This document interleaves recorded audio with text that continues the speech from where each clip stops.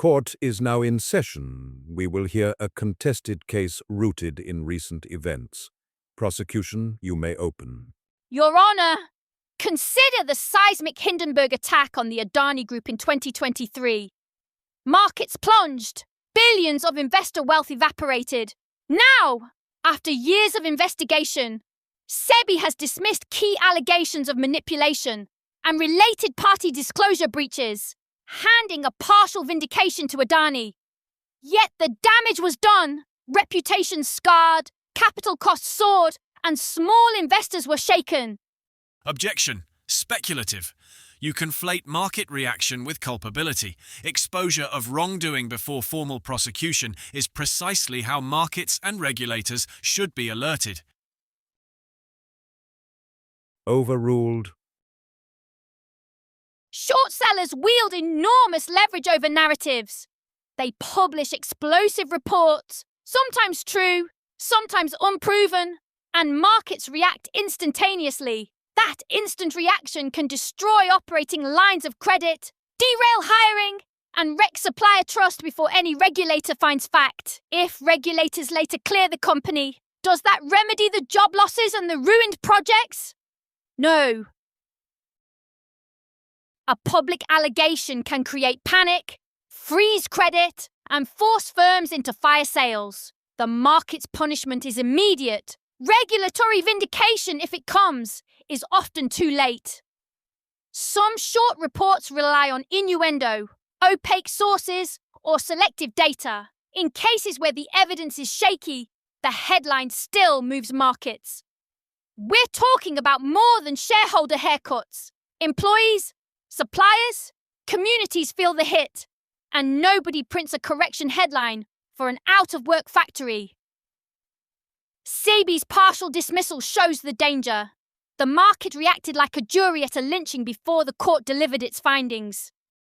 Your Honor, the prosecution asks us to fear the messenger.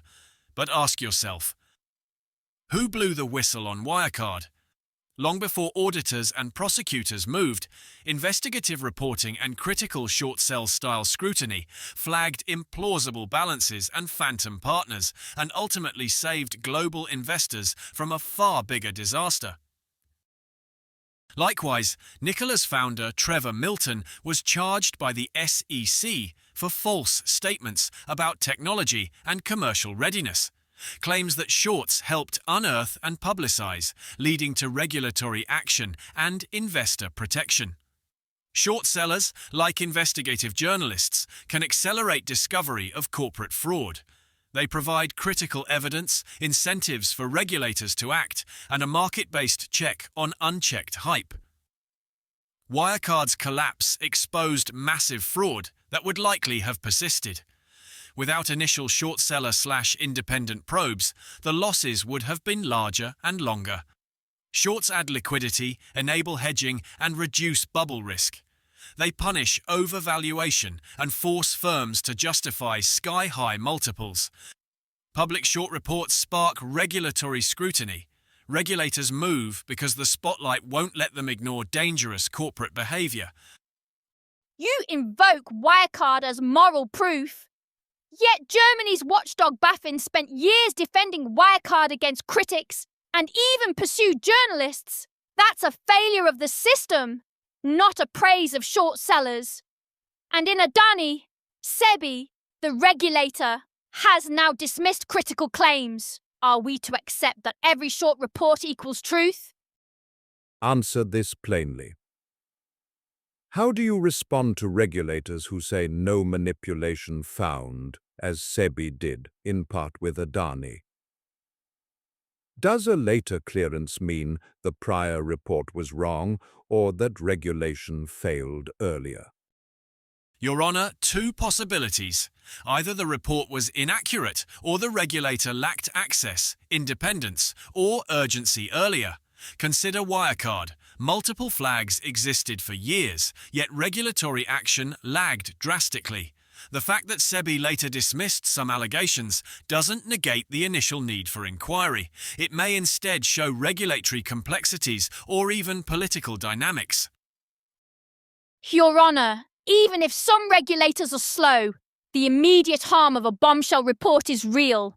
And sometimes the short seller's incentives are conflicted. Profit from the decline, not from the truth. Show me concrete examples where alleged short seller claims later proved baseless and caused lasting harm. Look at examples like Tingo Group and some disputed reports where legal pushback and later clarifications revealed weaknesses. Even when corrected, reputational wounds often remain. Wirecard is the classic case. Whistleblowers, investigative journalism, and skeptical research exposed a house of cards. After FT and other probes, auditors and prosecutors uncovered missing cash and opaque third-party revenue. That saved Europe from a bigger, prolonged fraud. Nicola proves short sellers sometimes get it right, and sometimes their narratives can be weaponized. Trevor Milton faced SEC charges for misleading statements. That's fraud, not merely market skepticism. Yet wouldn't you rather have markets that punish overstatement? If company leadership misleads, or if narratives outrun fundamentals, short positions help realign price with reality. The issue with Tesla is not shorts per se, it's the role of social media, retail momentum, and celebrity executives in amplifying volatility. A central tension emerges. The right to investigate versus the responsibility not to destroy. Prosecution propose a remedy.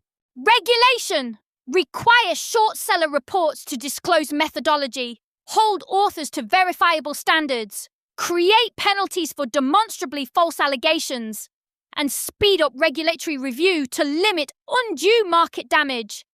Adapt, and I answer, require transparency, yes, but don't chill legitimate skeptical research. If you impose heavy penalties without clear proof standards, you will silence the few who would expose the many. Sequel. Are we to let the market be policed by anonymous reports? When credible regulators clear firms of manipulation, shouldn't the market take that seriously? Credible regulators can be slow, political, or capture-prone. Wirecard showed regulators can fail spectacularly. The market needs independent scrutiny, even if imperfect.